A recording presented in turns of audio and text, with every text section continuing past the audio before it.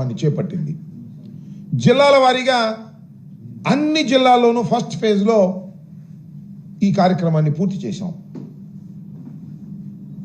రెండవ దశలో అన్ని నియోజకవర్గాల్లోనూ 175 నియోజకవర్గాల్లోనూ నియోజకవర్గపు హెడ్ క్వార్టర్స్లో మా సమన్వయకర్తలు, ఆ జిల్లా అధ్యక్షులు, మరికొంతమంది ముఖ్యులతో కలిసి ఒక సమావేశాలు నిర్వహించి ఆ సమావేశంలో కార్యక్రమాన్ని గురించి వివరించి ఆ తర్వాత మండల స్థాయికి, ఆ తర్వాత గ్రామ స్థాయికి ఈ కార్యక్రమాన్ని తీసుకువెళ్ళాలి అనేటువంటి ఉద్దేశంతో ప్రోగ్రాం నిర్వహిస్తూ ఉంటే అన్ని చోట్ల బాగానే జరుగుతూ ఉంది. కానీ నిన్న విచిత్రం,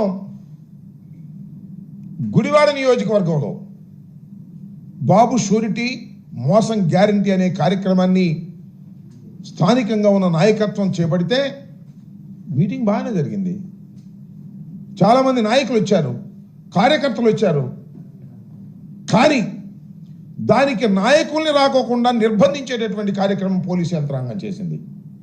ముఖ్యంగా ఆ జిల్లా అధ్యక్షుడైనటువంటి పేరుని నాని గారిని, వెంకటరామయ్య నాని గారిని అసలు మీరు రావడానికి వీల్లేదు, బందర్ నుంచి కదలడానికి వీల్లేదని బందర్లో ఆయన హౌస్ అరెస్ట్ చేశారు. చిత్రమైన విషయం ఏంటంటే, కృష్ణా జిల్లా పరిషత్ చైర్పర్సన్ అయినటువంటి హారిక, ఉప్పల హారిక గారు, ఆమె ఈ మీటింగ్కి వస్తూ ఉంటే, గుడివాడలో జరిగే మీటింగ్కి వస్తూ ఉంటే ఆమె మీద దాడి చేశారు. కారు అద్దాలు పగలగొట్టారు. గంటన్నర సేపు నిర్బంధించారు. ఇంత దారుణమైన అంశం ఇది. మన ప్రజాస్వామ్య దేశంలో ఉన్నామా లేక ఆటవిక సమాజంలో ఉన్నామా ఒకసారి ఆలోచించాలని మనం చేస్తున్నాం. ఒక మహిళ, దట్టే జిల్లా పరిషత్ చైర్మన్, పార్టీ కార్యక్రమానికి వస్తుంటే వచ్చేటప్పుడు పోలీసులు చెప్పారంట, అమ్మా ఇటు అక్కడ వాళ్ళు గొడవగా ఉన్నారు, మీరు ఇటు వెళ్ళమంటే తిప్పుకున్నారంట. తిప్పుకోగానే వచ్చి మీద పడ్డారు. పెద్ద పెద్ద రాళ్ళు, కర్రలు ఉపయోగించి కారుని ఇష్టం వచ్చినట్టుగా కొట్టి అద్దాలు పగలగొట్టారు. గంటన్నర సేపు అక్కడే ఉండవలసినటువంటి అనివార్యమైన పరిస్థితి ఏర్పడింది. ఒక భయాందోళనలో అక్కడ ఉండిపోయారు. చివరికి తెగించి అద్దం దించి పోలీసులు అడిగారు, ఏమిటి అన్యాయం, వాళ్ళు కొడుతుంటే మీరు చూస్తూ ఊరుకున్నారేంటి అంటే పోలీసులు అంటున్నారు, నేను చూసా వీడియోలో, మీరు కూడా చూడండి, యూట్యూబ్లో కొడితే వస్తుంది. మేమేం చేయమంటామమ్మా, వాళ్ళు తాగి వచ్చారు అంటున్నాడు police officer. What is this? వాడు తాగి వస్తేనో, గంజాయి తాగి వస్తేనో, మందు తాగి వస్తేనో కారు అద్దాలు పగలగొడతా ఉంటే పోలీసులు చోద్యం చూస్తూ ఉన్నారు. ఒక పోలీస్ ఆఫీసర్ అంటున్నాడు, వాళ్ళు మందు తాగి ఉన్నారమ్మా, మమ్మల్ని ఏం చేయమంటామంటే వాట్ ఈస్ దిస్? ఏం చేయాలి? అక్కడ జరుగుతున్నటువంటి సంఘటనకు అనుగుణంగా పోలీస్ యంత్రాంగం ఎందుకు పనిచేయలేదు అనేది ఇక్కడ పాయింట్. వాళ్ళ మీద లాఠీచార్జ్ చేయొద్దండి, వాళ్ళని అరెస్ట్ చేయొద్దండి, వీళ్ళకి రక్షణ కల్పించొద్దండి. వీళ్ళు వైఎస్ఆర్ కాంగ్రెస్ పార్టీ అయినంత మాత్రాన, వాళ్ళు తెలుగుదేశం పార్టీ అయినంత మాత్రాన వారు తెలుగుదేశం జెండాలు పుచ్చుకొని ఫుల్గా తాగి గంజాయి కొట్టి వచ్చి ఈ ఉప్పల హారిక గారి మీద పడి ఆ కారుని ధ్వంసం చేస్తూ ఉంటే, ఆమె భర్త వస్తుంటే ధ్వంసం చేస్తుంటే సోద్యం చూసేటటువంటి పరిస్థితుల్లో ఇవాళ పోలీసు యంత్రాంగం ఉంది ఒక మహిళ మీద. మరి పోలీసు హోంమంత్రి గారు కూడా మహిళే. ఏమ్మా హోంమంత్రి గారు, అనిత గారు, దీనికి సమాధానం చెప్పండి. ఒక జిల్లా పరిషత్ చైర్మన్, మీలాగా ఎన్నిక కాబడినటువంటి మహిళ, అందులోనూ ఒక బ్యాక్వర్డ్ కమ్యూనిటీకి చెందినటువంటి మహిళ మీద అతి దారుణంగా దాడి చేస్తూ ఉంటే పోలీసు యంత్రాంగం కళ్ళు మూసుకొని నుంచుంటే ఏం చేయాలి? ఏంటి మీ ఇన్స్ట్రక్షన్స్ ఏంటి? మీ లా అండ్ ఆర్డర్ ఏంటి? మీ లా అండ్ ఆర్డర్ ఏ విధంగా కాపాడతారని అడుగుతా ఉన్నా. ఇంత దారుణంగా వ్యవహరిస్తూ ఉన్నారు ఇవాళ పోలీసు యంత్రాంగం. సంవత్సరం అయింది, దాడుల మీద దాడులు, ఇంకా దాడులు ఆగల. ఎక్కడ ఏదైనా మా కార్యక్రమం జరుగుతుంటే దాన్ని చిన్నాభిన్నం చేయాలనేటువంటి ప్రయత్నం చేస్తున్నారు. ప్రజల్లో నిరసన వస్తుంటే ఆ నిరసనని అణిచివేయాలని ప్రయత్నం చేస్తున్నారు. ఎవరు అణిచివేయాలని? పోలీస్ యంత్రాంగాన్ని అడ్డం పెట్టుకొని, కాకీలను అడ్డం పెట్టుకొని, లాఠీలను అడ్డం పెట్టుకొని మీరు అణిచివేయాలని ప్రయత్నం చేస్తే ఇది ప్రజాస్వామ్యంలో తగునా అని అడుగుతా ఉన్నా.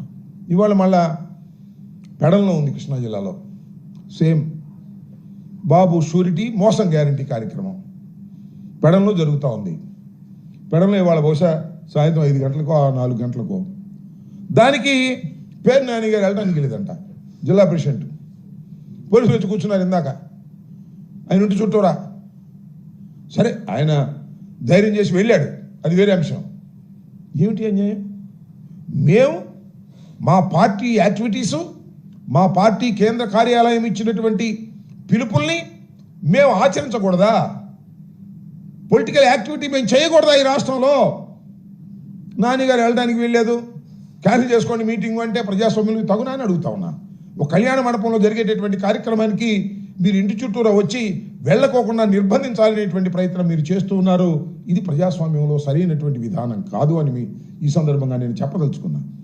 ఇంత దారుణంగా ప్రజాస్వామ్య విలువలను మంటగలిపే విధంగా ఇవాళ సైకోల్లాగా తెలుగుదేశం పార్టీకి చెందినటువంటి కార్యకర్తలను రెచ్చగొట్టి చంద్రబాబు నాయుడు గారు, లోకేష్ గారు, హోంమంత్రి గారు, మీ ధైర్యం ఏంటో నాకు అర్థం కాలేదు.